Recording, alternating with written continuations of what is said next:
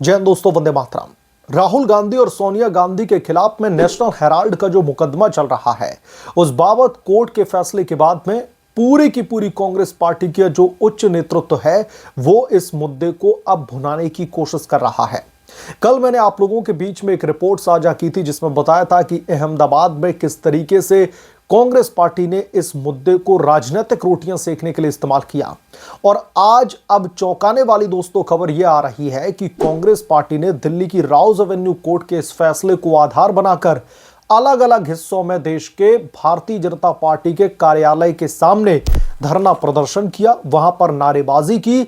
और सबसे बड़ी बात यह है कि जो कांग्रेस पार्टी इन्फोर्समेंट डायरेक्टोरेट और सीबीआई को अपना तोता बना करके रखती थी, इसका बेजा इस्तेमाल करती थी, आज वही कांग्रेस पार्टी यह कह रही है कि भारतीय जनता पार्टी ने ईडी का इस्तेमाल करके गांधी परिवार का उत्पीड़न किया है। आप लोग समझिए, गांधी परिवार के उत्पीड़न की बात कही जा रही है। कांग्रेस पार्टी ने इतने सारे घोटाले किए हैं और दिल्ली की राउज एवेन्यू कोर्ट की तरफ से ऐसी कोई खास राहत भी नहीं दी गई। नेशनल हेराल्ड के मामले में क्लीन चिट भी नहीं दी गई गांधी परिवार को, लेकिन फिर भी देश के अलग अलग हिस्सों में धरना प्रदर्शन करके भारतीय जनता पार्टी को बदनाम करने के लिए इन्फोर्समेंट डायरेक्टोरेट को कैसे बीजेपी ने अपने शिकंजे में, अपने कब्जे में ले लिया है, जिसकी वजह से गांधी परिवार का उत्पीड़न किया जा रहा है, इन तमाम आरोपों को लगा रही है भारतीय जनता पार्टी के खिलाफ में और जमकर नारेबाजी बीजेपी के दफ्तर के बाहर की जा रही है। दोस्तों, यहां पर समझने वाली बात यह है कि न तो कोर्ट की तरफ से कोई ऐसा फैसला जारी किया गया जिसमें राहुल गांधी और सोनिया गांधी को क्लीन चिट दे दी गई हो, ना ही enforcement directorate Bharatiya Janata party के इशारे पर काम कर रही है, ना ही बीजेपी ने जो है ईडी को ऐसा आदेश दिया कि आप जाइए गांधी परिवार का उत्पीड़न कीजिए। अपने आप में एक इंडिपेंडेंट जांच एजेंसी है ईडी और वो नेशनल हेराल्ड के मामले में लगातार जांच कर रही है। लेकिन राहुल गांधी और सोनिया गांधी की स्ट्रेटजी अब ये है दोस्तों इस बाबत कि जो दिल्ली की राउज एवेन्यू कोर्ट का फैसला आया है, उस फैसले को कितने बड़े पैमाने पर जाकर के भुनाया जाए ताकि इस देश की जनता के बीच में एक फेक नैरेटिव सेट कर दिया जाए। क्योंकि कई लोग ऐसे हैं जो न तो फैक्ट्स को देखते हैं, न ही किसी खबर को क्रॉस वेरीफाई करते हैं। जो उनको फीड कर दिया जाता है वही उन्हें सच लगने लगता है। और कांग्रेस पार्टी की पहले भी हमने कई सारी रैलियों में देखा है, चाहे वोट चोरी का मामला हो या फिर राहुल गांधी के ऊपर जो मानहानि के मुकदमे चल रहे हैं उनका मामला हो, या फिर इलेक्शन किसी स्टेट में कांग्रेस पार्टी हार गई हो, इनके तमाम कार्यकर्ता पैसे देकर के बुला लिए जाते हैं और उनको मैटर तक पता नहीं होता है। सड़कों पर वो लेट जाते हैं, जब मीडिया वाले उनके मुंह पर जाकर माइक लगाते हैं कि आप क्यों धरना प्रदर्शन कर रहे हैं, तो उन्हें पता तक नहीं होता कि असल में मुद्दा क्या है। तो ऐसे ही लोगों को भटकाने के लिए, ऐसे ही लोगों को भ्रमित करने के लिए कोर्ट के इस फैसले को तोड़ मरोड़ करके पेश किया जा रहा है। मुझे तो ऐसा लगता है कि अब दिल्ली की राउज एवेन्यू कोर्ट को भी अब इस मामले में क्लैरिफिकेशन देने की जरूरत पड़ गई है। दिल्ली की राउज एवेन्यू कोर्ट के उन जज साहब को दोबारा से यह क्लैरिफाई करना चाहिए कि असल में उन्होंने नेशनल हेराल्ड के मामले में आदेश क्या पारित किया है।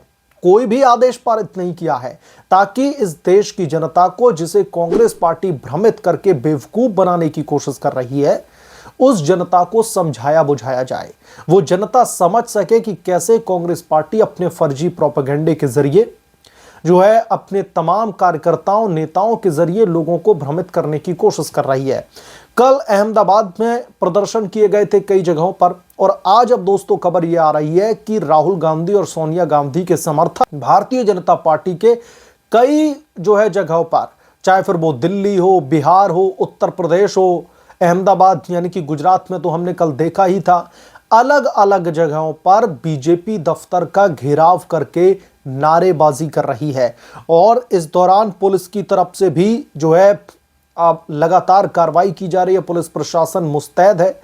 इन नारेबाजी के अगेंस्ट में जब कार्रवाई की गई, इन नारेबाजों को जो वहां पर कहीं ना कहीं माहौल बिगाड़ने की कोशिश कर रहे थे, धरना प्रदर्शन के नाम पर इन्हें समझाने बुझाने की कोशिश की गई, तो ये लोग नहीं माने। तो ऐसे में कई लोगों को पुलिस ने हिरासत में ले लिया, और जब इस हिरासत में भी लिया गया तब भी कांग्रेस पार्टी की तरफ से यह कहा जा रहा है कि भाजपा के इशारे पर पुलिसिया कार्रवाई करके लोकतंत्र में हमारी आवाज को दबाने की कोशिश कर रही है। मसलन ऐसा कौन सा लोकतांत्रिक देश है जो विपक्षी पॉलिटिकल पार्टीज को झूठा नैरेटिव परोसने की इजाजत देता है? ऐसे कैसे लोकतंत्र मजबूत होगा जब इस देश का विपक्ष और नेता प्रतिपक्ष राहुल गांधी के इशारे पर ये कांग्रेसी नेता, ये सोनिया सेना लोगों को भ्रमित करने के लिए एक झूठा प्रदर्शन करने के लिए उतर आए हैं। और ये वही कांग्रेस पार्टी है जो कह रही है कि ईडी तो बीजेपी के इशारे पर सब कुछ कर रही है, ये ईडी और सीबीआई को अपने शिकंजे में लेकर के बैठी रहती थी। मैं याद दिलाना चाहता हूं कांग्रेस पार्टी के रिजीम की, जब कोर्ट की तरफ से यह साफ साफ कह दिया गया था कि कांग्रेस पार्टी ने, यानी कि जो तत्कालीन सरकार थी कांग्रेस की, उसने कैसे सीबीआई को, ईडी को, इनकम टैक्स डिपार्टमेंट को पिंजरे का तोता बना लिया था। अपने हिसाब से, अपने पॉलिटिकल माइलेज के लिए, अपने पॉलिटिकल वेंडेटा के लिए किसी के भी खिलाफ इसका इस्तेमाल किया जाता था। तो जो कांग्रेस पार्टी करती आई है उसे भी यही लग रहा है कि सब कुछ उनके खिलाफ में राजनीतिक षड्यंत्र के तहत हो रहा है। अब यह मामला दोस्तों बहुत पुराना है और 2014 में कांग्रेस पार्टी की सरकार गई है। 2014 से लगातार भारतीय जनता पार्टी का बोलबाला है।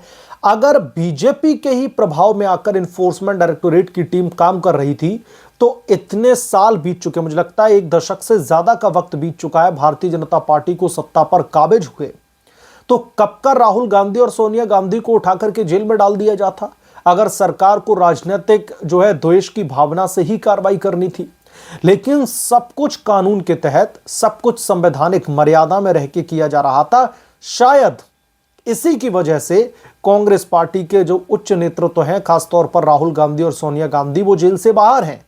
नहीं तो वो जेल के बाहर होते अगर कांग्रेस पार्टी की रिजीम जिस तरीके से कहीं ना कहीं उन्होंने सीबीआई और ईडी को कब्जे में ले रखा था।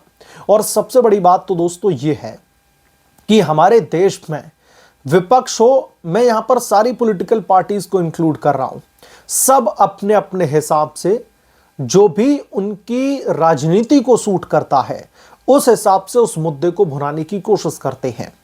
नेशनल हेराल्ड के मामले में मैं ऑलरेडी 2 रिपोर्ट्स पब्लिश कर चुका हूं जहां पर मैंने ये एक्सप्लेन किया कि कैसे दिल्ली की राउज एवेन्यू कोर्ट की तरफ से राहुल गांधी और सोनिया गांधी को किसी भी तरीके की राहत नहीं मिली है। लेकिन बावजूद इसके इस तरीके से कोर्ट के इस फैसले को दिखाने की कोशिश की जा रही है जैसे कोर्ट ने नेशनल हेराल्ड घोटाला मामले में राहुल गांधी, सोनिया गांधी, सैम पिट्रोदा, सुमन दुबे, जितने भी लोग हैं, इन्हें पूरी तरीके से क्लीन चिट दे दी है। सोनिया गांधी और राहुल गांधी के खिलाफ में अभी भी केस चल रहा है, सुनवाई भी चल रही है इस मामले में और ये लोग जमानत पर बाहर हैं। दिल्ली पुलिस के अपराध शाखा की एफआईआर के बेसिस पर नई चार्जशीट दाखिल होने वाली है। तो जिस पुरानी चार्जशीट पर नेशनल हेराल्ड के मामले में कोर्ट ने सुनवाई से इनकार कर दिया, तो अब ईडी नई चार्जशीट दाखिल करने जा रही है। तो फिर इसमें किस तरीके से राहत मिल गई है मुझे समझ में नहीं आ रहा। और इतना बड़ा मामला यह है, इतने बड़े पैमाने पर इसमें घोटाला किया गया है, लेकिन कांग्रेस पार्टी कुछ समय के लिए ही सही लेकिन लोगों के मन में यह भ्रम डालने की कोशिश कर रही है कि वो पूरी तरीके से इसमें बाइज्जत बरी कर दिए गए हैं। दिल्ली की राउज एवेन्यू कोर्ट एक जिला सत्र अदालत है, कोई सुप्रीम कोर्ट नहीं है। इस देश की वो सर्वोच्च अदालत नहीं है जिसके फैसले के बाद में आप यहां पर सेलिब्रेशन करते हुए दिख रहे हैं। एक जिला सत्र अदालत की तरफ से सिर्फ एक चार्जशीट पर सुनवाई से इनकार किया गया है, केस को खत्म नहीं किया गया है।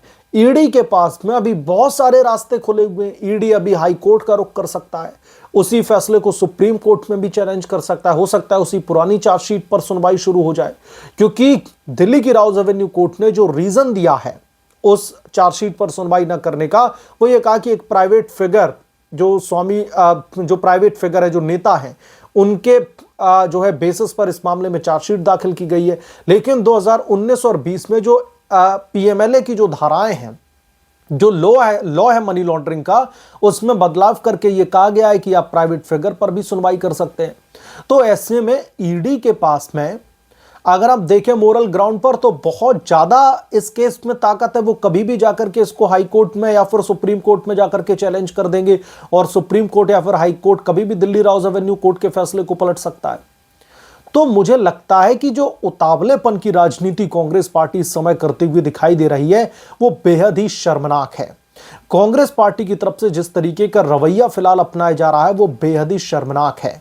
ईडी की तरफ से जो है उस चार्जशीट को दाखिल किया गया था और कोर्ट ने मान भी लीजिए उस चार्जशीट पर सुनवाई करने से इनकार कर दिया और फौरी तौर पर जो है राहुल गांधी और सोनिया गांधी को राहत मिल भी गई। तो मुझे यह समझ में नहीं आ रहा इसमें भारतीय जनता पार्टी के घेराव का क्या जो है महत्व बनता है। बीजेपी किस तरीके से गांधी परिवार का उत्पीड़न कर रही थी समझ में नहीं आ रहा। ईडी का कैसे इस्तेमाल करके उत्पीड़न किया जा रहा है, क्या रत्ती भर भी सबूत है गांधी परिवार के पास में? इसका जवाब है बिल्कुल भी नहीं।